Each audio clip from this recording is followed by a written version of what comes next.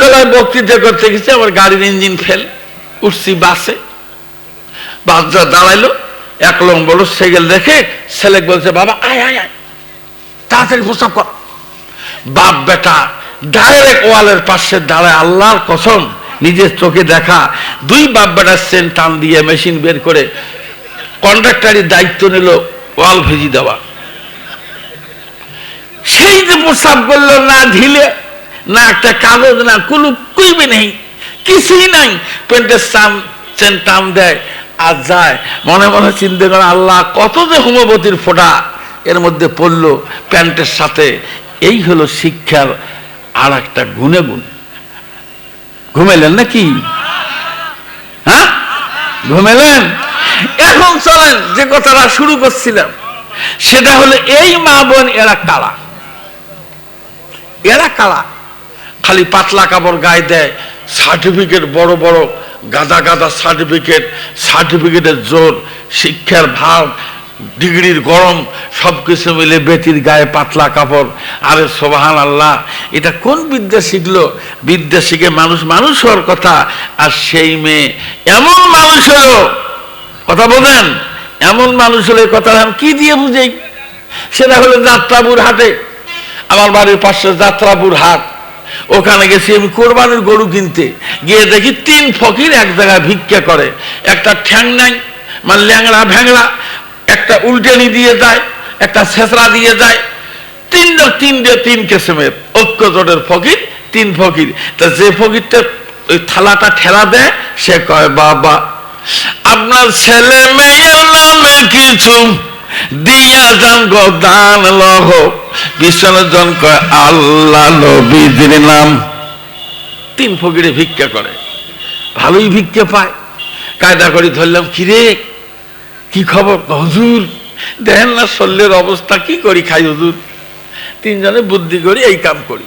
আচ্ছা বলেন তো, এই লোক 3 এরা কি গজল বলা উদ্দেশ্য না ভিক্ষা করা?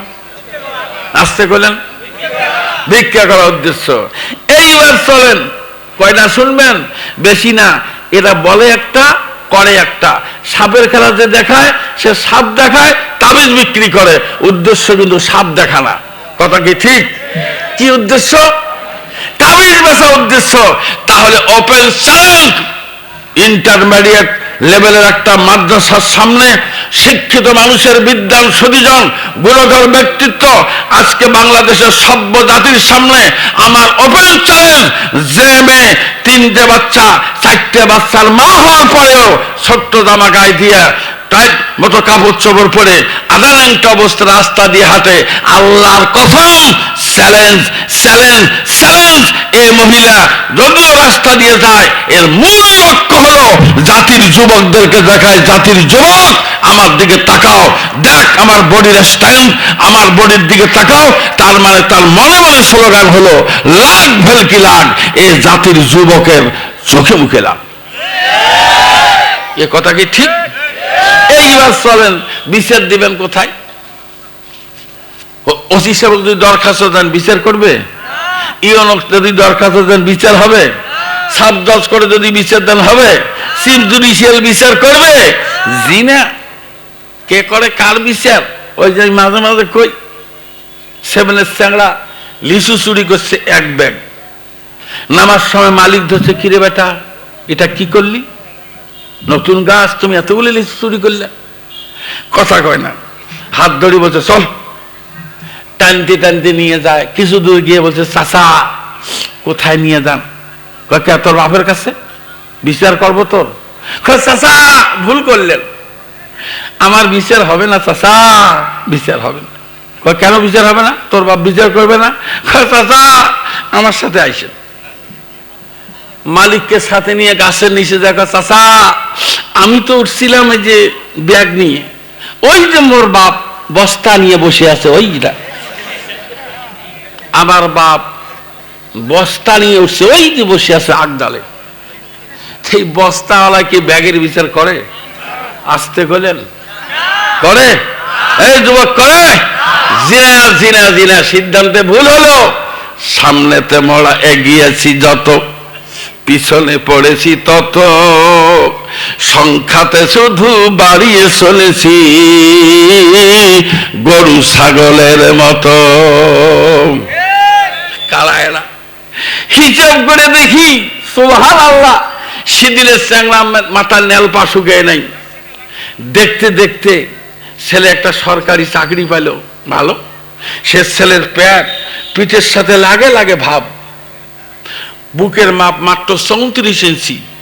সেই ছেলে 5 বছর পরে পেট হয়ে গেল 12 মাসি, একে হোমরা চোমরা পেট, সিনে হয়ে গেল 42 ইঞ্চি।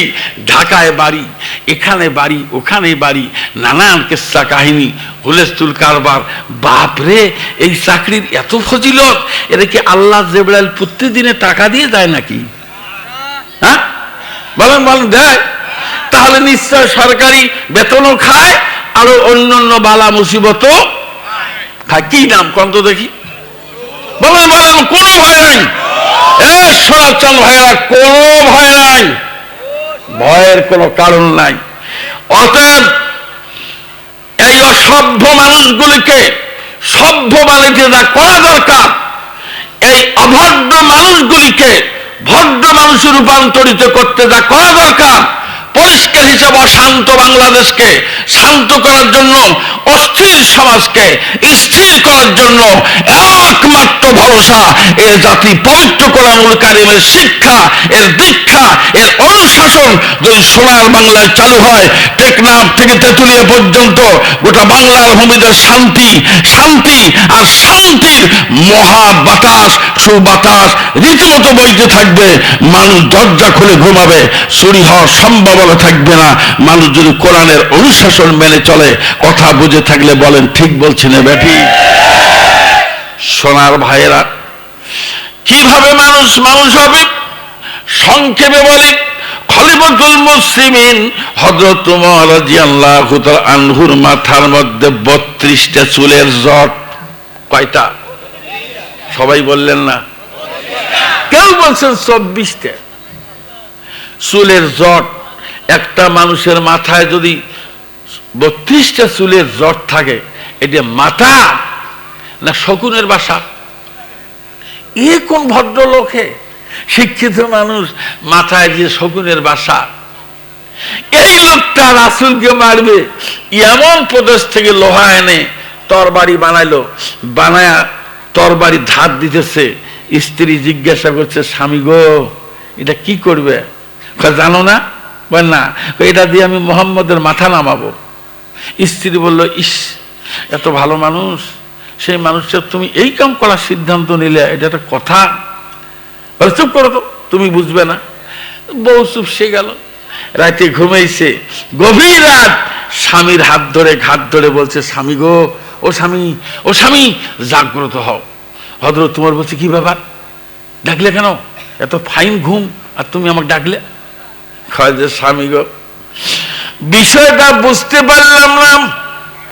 ঘুমের ঘরে যখন অস্থির অবিচৈতন্য অবস্থায় আমি স্বপ্ন দেখতেছি, এই তরবারি খানা নিয়ে one step and then another and the longest walk is ended, হাঁটি হাঁটি পা পা করে তরবারি নিয়ে তুমি যখন যাও। স্বামী গো, আমি পিছনে পিছনে যাচ্ছিলাম, স্বপ্নে দেখি তরবারি নিয়ে বিশ্বনবীর কদমের কাছে জমা দিয়া, তার পায়ে এবং হাতে চুমু দিয়া কলেমা পড়ে মুসলমান হয়ে গেলে।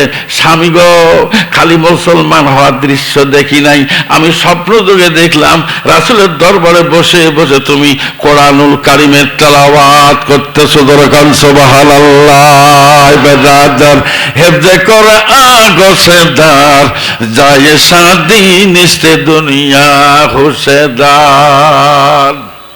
স্বামী গো, স্বপ্নে দেখি তুমি কোরআন পড়তেছো নবীর দরবারে। হযরত ওমর বলছে, shut up! Do you thought that I have solved my issue? বেয়াদব মহিলা কোথাকার। আমি একটা সিদ্ধান্ত নিছি, তুমি উল্টে স্বপ্ন দেখো। এই, তোমাকে এই স্বপ্ন কে দেখতে বলছে? আচ্ছা, কোন স্বপ্ন কেউ ইচ্ছে করে দেখে? ঘুমাইলেন নাকি? দেখে কেউ? এটা কেমন কথা? ওই যে আমার রংপুরের এক হুজুর ওয়াজ করলো, এক গরিব মানুষ স্বপ্নে চড়ছে হেলিকপ্টারে। কিরে গরিব মানুষ স্বপ্নে হেলিকপ্টার চিন্তা করে কিরে আমি গরিব লোক কি কষ্ট করে চলছি, জানলার ফাঁক দিয়ে মাথাটা দিয়ে দুনিয়া দেখি কেমন দেখা যায়, এইভাবে ফাঁক দিয়ে মাথা ঢোকার জন্য চেষ্টা করতেছে কিন্তু মাথা ঢোকে না। হঠাৎ ঘুম ভাঙি দেখে সিরে খাতার ফাঁক দিয়ে মাথা ঢুকছে, ওই ঠেলতে আছে মাথা বের করে দুনিয়া দেখবি। এটা আমার এক হুজুরের ওয়াজ, তাই শোনাইলাম। হে ভাই, এই লোক হযরত উমর কয় আমি সিদ্ধান্ত নিয়েছি একটা তুমি উল্টে স্বপ্ন দেখো, খবরদার এই স্বপ্ন দেখো না। ঠিক আছে স্বামী, দেখবো না। পরের রাত হযরত উমর দিনে আর গেল না, না স্ত্রী যেহেতু উল্টে স্বপ্ন আজ যাবো না, পরের রাতে গেছে। পরের রাতে চুলের জট 32টা। আমার ভাইয়েরা, আল্লাহ বলছেন জিন নাপিতের দোকানে গিয়া একটা কেসি জোগাড় করে হযরত উমরের মাথায় 32টা চুলের জট, এক একটা করে চুলের জটের গোড়াটা কেটে দিয়ে রাখো। হযরত উমর যখন তরবারি নিয়ে আমার নবীজির কাছে যাবে, উমর জানে না উমরের ভাগ্যের চাকা আমি আল্লাহ কোন দিকে ফিরায় দিয়েছি। উমর আমার নবীর কাছে যাবে, তামাম জিন্দেগি আমার নবীর সখীদেরই দায়িত্ব করে পালন করবে। যখন সুবহানাল্লাহ, दुनिया की अदालत में तेरा नाम रहेगा, फारूक तेरे इस्लाम से इस्लाम रहेगा। আল্লাহু আকবার। কষ্ট পাইতেছেন? সামনে চলেন। হযরত উমর সকালবেলা তার অভ্যাস অনুযায়ী দিছে একটা বাবরি ঝাঁকি। এই যেমনে ঝাঁকি দেওয়া 32টা চুলের জট ঘরের মেঝের মধ্যে এলোমেলো ভাবে পড়ে গেল, মাথা হয়ে গেল ছোট্ট, মেজাজ গরম। স্ত্রীকে বলে যাই ঘরের দরজা দেওয়া নাই। স্ত্রী কয় যে দরজা তো দেওয়াই আছে। দেয়নি মানে? ঘরে জানলার ছিটকিনি কই যে বন্ধ। তো চুল কাটলো কে? কয় সেটা আমি জানি, খামাখাই লোকটা আমাকে ধমকায়। হে ভাই, মাথা খারাপ। উমরের তরবারি নিয়ে যা হওয়ার হলো গেল। যাওয়ার পরে রাসূল যেখানে বসা, তার বডিগার্ড একজন শাকসুন নাহিব, অর্থাৎ লাগের আন্দাম সাদ্দেসকে জেসিম কে আন্দার লাহাম কা গুঞ্জাইশ নেই, একটা পাতলা মানুষ, শরীরে গোস্ত নাই, কাটি কাটি চেহারা, হাতে তরবারি নিয়ে বাইরে দাঁড়িয়ে রাসূলকে পাহারা দিচ্ছেন। হযরত উমর গিয়ে বলছে, বেটা জলদি বাতা তুম কোন হো? বলছে তুমি কে? বল হুয়ারে, কে তুই বল। তো ওই পাতলা লোকটা বলছে যে আমি বিশ্ব নবীর তার জীবন রক্ষার দায়িত্বে আমি সেন্ট্রি ডিউটি, আমি দায়িত্বরত একজন পুলিশ। তো বলছে তাই নাকি? বলে হ্যাঁ। তোর মোহাম্মদ কোথায় রে? বলছে তোর মোহাম্মদ কোথায়? এই যেমনি বলছে তোর মোহাম্মদ কোথায়, এই পাতলা লোকটা তেলে বেগুনে জ্বলে বলছে সব সকুতি ইফতার কর না হয় বেটা, চুপ কর, ফাজলামি করো। এই মানুষটার নাম মানুষ এভাবে নেয়? হযরত উমর বলছে तुम मुझको पहचानते हैं? तुम আমাকে চেনো? আমি কে? আমি খাত্তাবের ছেলে, আমার নাম উমর। উমর আমি হ্যাঁ বললে না বলার মানুষ মক্কায় নাই, যদি না বলি হ্যাঁ বলার মানুষ নাই। ফাজলামি করো আমার সাথে? ছোট্ট মানুষে বলছে উমর জিহ্বা সামলাও। তোমাকে ভয় করতাম তখন যখন লাত জাত মানাত 360টি দেবদেবী, মা কালী, মহাদেব, ঠাকুর, সরস্বতী, আফ্রোদিতি, ব্রহ্মা, বিষ্ণু, শিব, যাদের যে আমলে পূজা করতাম, নমনম করতাম, তখন তোমার ভয় করতাম। আল্লাহর কসম উমর এগুলো ধুয়ে মুছে পরিষ্কার করে দেলকে আন্দার আমি বর্তমান আমার কলিজার ভিতরে একমাত্র মহান আল্লাহর কথা, আল্লাহর কালাম আমার কলিজার ভিতরে। তোমাকে 1 সেকেন্ড ভয় করার টাইম আমার হাতে নাই। বাড়াবাড়ি করবে আমার তরবারিতে তোর গর্দান উড়াই দেবো। সুবহানাল্লাহ। দুইজনের ঝগড়া।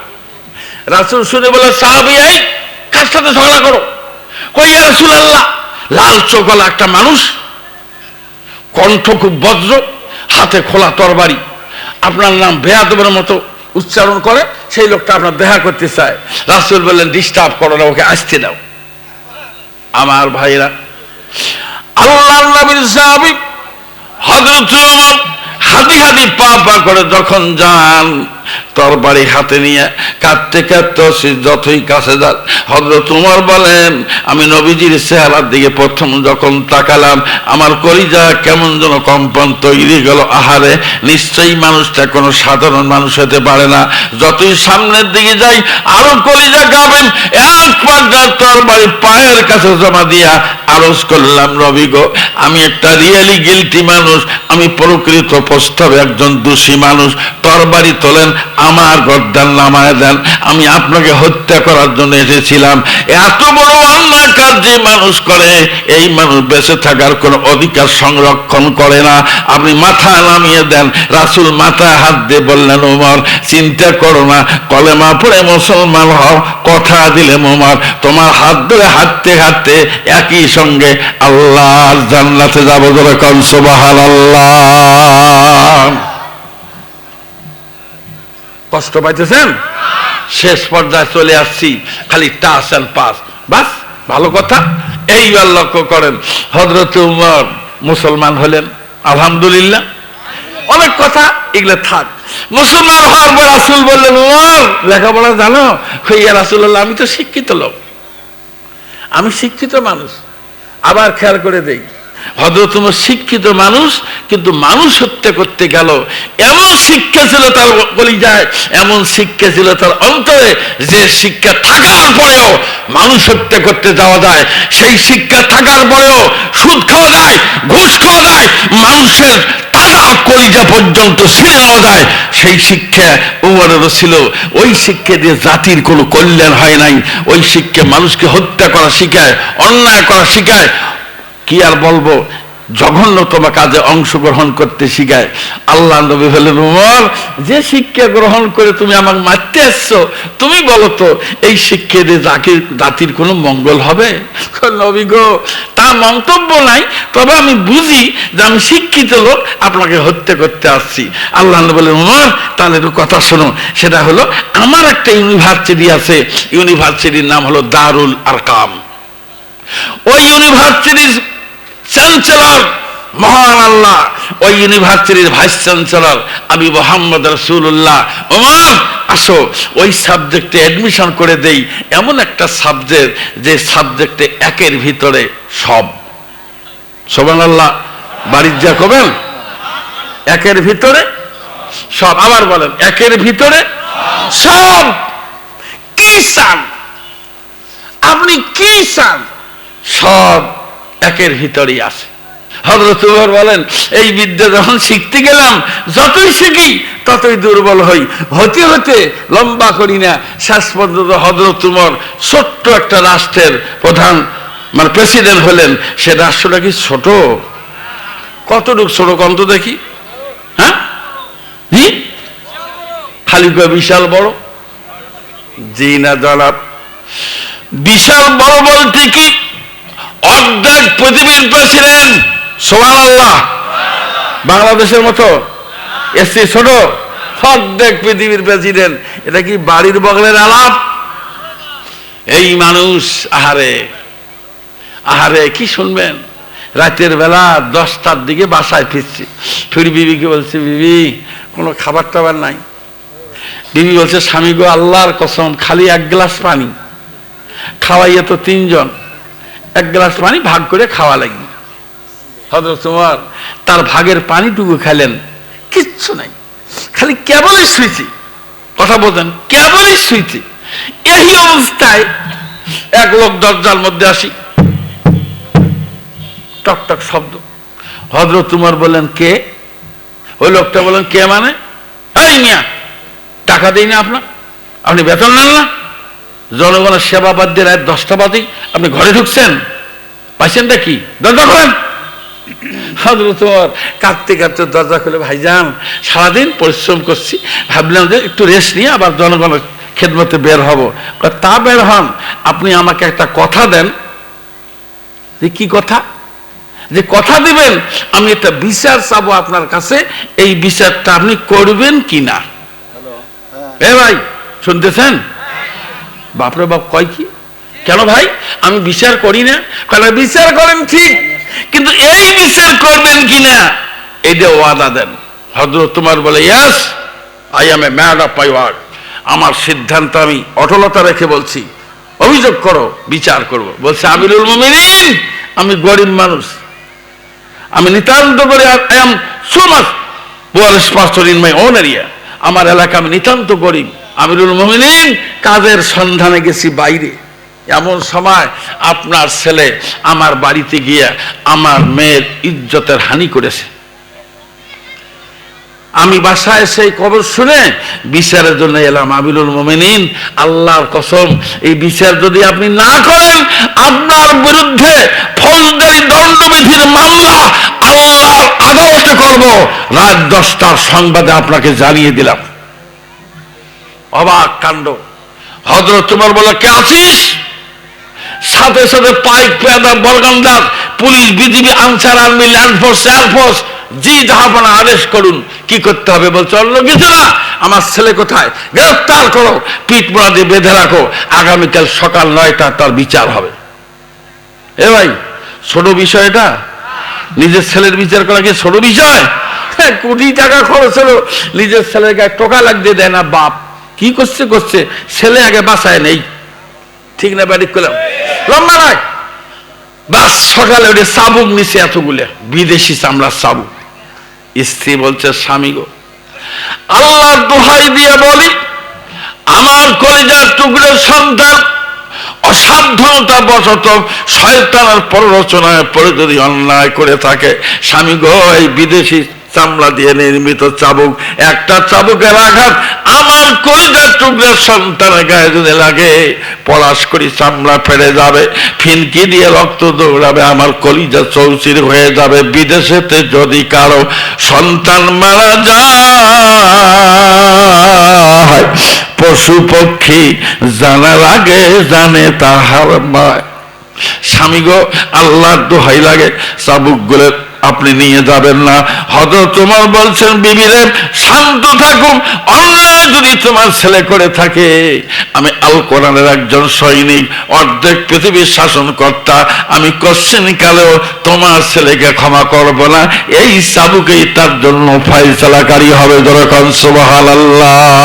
দুনিয়া কি আদালত में तेरा नाम रहेगा, फारूक तेरे इस्लाम से इस्लाम रहेगा। अल्लाहु আকবার। যা আবার হলো। জি জি জি জি জি আচ্ছা, জি এখন বুঝতেই পারলেন বিচার হবে। হযরত ওমর চোখ লাল করে খালি জিজ্ঞাসা, বেটা জলদি বল, অভিযোগকারীর অভিযোগ সত্য না মিথ্যে, একটা কথা বলো। বলছে, আব্বা আমি তো অভিযোগ আপনার কানে যেটা গেছে এটা সত্য আব্বা। শয়তানের প্ররোচনার পরে কেউ বলছেন মদ খাওয়া দোষ, কেউ বলছেন নারী ধর্ষণের কেস, একটা তো অন্যায় করেছেন আব্বা, আমি এর দোষে দোষী। তবে আব্বা আউয়ালান মানে পহেলা মর্তবা মেহরবানি করকে মুঝকো মাফ করে দেনা হয়, দয়া করে আমাকে প্রথমবারের জন্য মাফ করেন আব্বা, এই কাজটা আমি করবো না। বলছে, সাবধান, এই কে আসো? যুবক সামনে দাঁড়াও।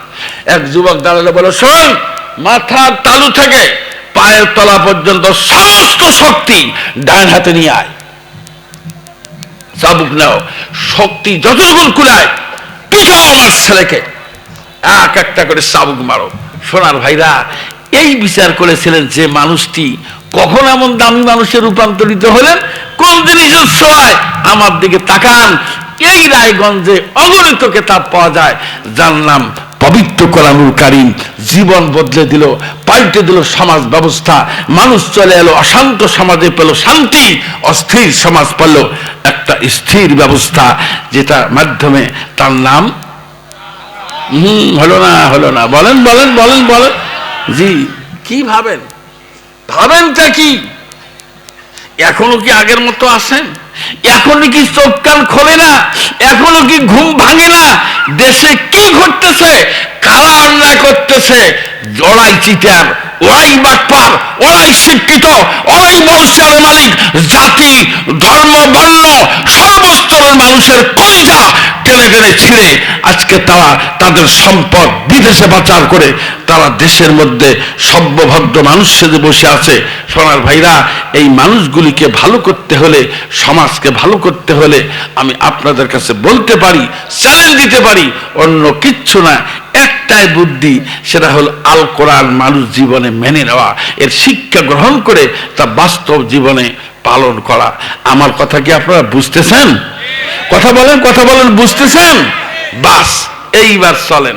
সেটি হলো যে একটা মানুষ মারা যায়, আমি আমার বক্তৃতায় বলি, আপনি জীবনেও যদি মসজিদে না যান, আপনি একদিনও মসজিদে গেলেন না, কিন্তু মনে রাখবেন মসজিদের খাট আপনার বাড়িতে আপনার নিতে আসবে। ঘুমেলেন নাকি ভাই? আপনি ভাটিয়া হন আর তেলি হন না উজেনি হন, আল্লাহর কসম, আপনি মসজিদের চাহে যান চাহে না যান, মসজিদের খাট একদিন আপনাকে আনতে যাবে। আসতে করেন, আরো করে, জি জি জি। এই জন্য গোবিন্দগঞ্জের নুন নবী এখানে চ্যাংড়া আছে, ওইখানে দোতরা বাজে গান গায়, কয় বাবা ওঠো ওঠো ওঠো ময়নায় রে ময়না, তোমার বিনে পয়সার পালকি রে আইসা আছে। ও ময়না ওঠো, বিনে পয়সার পালকি চড়ো, জায়গা মতো পৌঁছে দেই। কথাটা কি ঠিক? পালকি দেখি যাহাই রে ময়না, পালকি দেখিয়াম ওরে ময়না, তোমার কোহলের জাদু কান্দিতেছে। হে ওঠো ওঠো ওঠো ময়নায় রে ময়না, তোমার বিনে পয়সার পালকি রে আইসা আছে। আল্লাহর বান্দা, চলো, এ পালকির কোনো ভাড়া আছে? আছে কি? আর যাবেন না এমন কোন পথ আছে? আস্তে করে খপ করে ধরে আপনাকে শোয়ায় নিল। কোথায় যাচ্ছেন? জাগা মতো। আল্লাহর নবী বলেন, এই শাম মুকাশাফাতুল কুলুব নামে একখান কিতাব আছে, পড়ে দেখতে পারেন। আবু হামেদ মোহাম্মদ আল গাজালি রহমতুল্লাহ আলাইহি লেখা, বিরাট একটা লম্বা হাদিস। নবীজি বলছেন, আয়েশা তুমি কি জানো মানুষ যখন কবরে যায় সে মানুষটা কি বলতে বলতে যায় সেটা কি তুমি জানো? আম্মা জান বললেন, নবী গো এই কথাটা আমি তো জানি না। এই জন্য জাতির কাছে মানুষ একটা গজল বলে, আহারে বড়ই পাতার গরম জলে শোভাইয়া মশারি তলে, আরে কাপড়ের কাপড় পেঁচাইয়া তোমরা কোথায় নিয়া যাচ্ছ রে ভাই, আজ বুঝি দিবে মনে জনমের বিদায়। লোকটাকে নিয়ে যায়। এ ভাইরা লম্বা হাদিস লম্বা করবো না। কবরের পাশে যখন নেওয়া হয়, রাসূল বলেন, আয়েশা এই মানুষটি যখন কবর দেখে, কবর দেখার পরে বলতে থাকে, ভাই রে আমি একজন পাপাচারী, আমি একজন গুনাহগার, আমি তামাম জিন্দেগিতে আল্লাহ পরকাল কোরআন হাদিস মানি নাই। আজকে যদি এই নির্জন জায়গায় তোমরা দিয়ে দেওয়া হয়, এটা সাপের জায়গা, বিচ্ছুর জায়গা, বিপদগ্রস্ত হয়ে যাব। ভাইরা তোমরা আমাকে কবরে দিও না। কিন্তু মানুষটা মানে না, খপ করে লাশটা ধরে টান দিয়ে যখন কবরের মধ্যে শোয়া দেওয়া হয়, মানুষ বড় বিপদে পড়ে যায়। আল্লাহ নবী বলেন,